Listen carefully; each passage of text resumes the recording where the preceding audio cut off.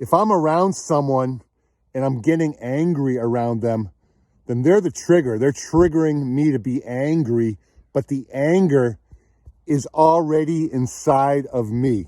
Stick with me on this one because this is a power perspective, if you can get it.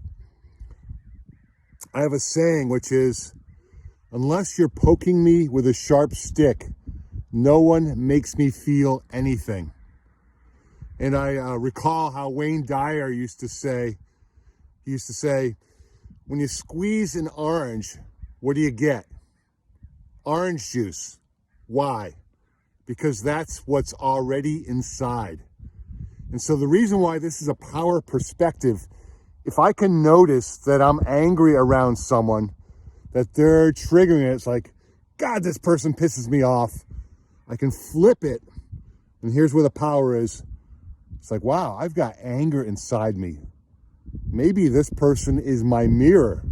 They showed up to reflect to me that I've got this anger or this sadness or this upset inside of me. And they're doing whatever they're doing. They're saying whatever they're saying. They're doing their little jiggy jig, their little dance, whatever they're doing. And all of a sudden, I've got this anger and upset that's welling up inside of me.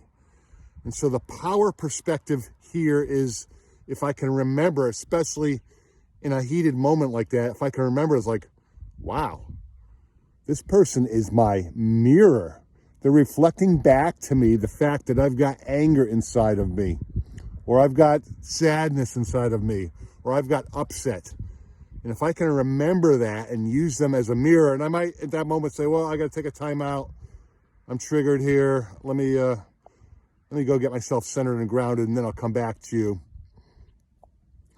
If I can remember that, it's like, okay, let me get centered and grounded and just notice, like, wow, look at all this anger that's inside of me, or look at this upset, or look at this sadness.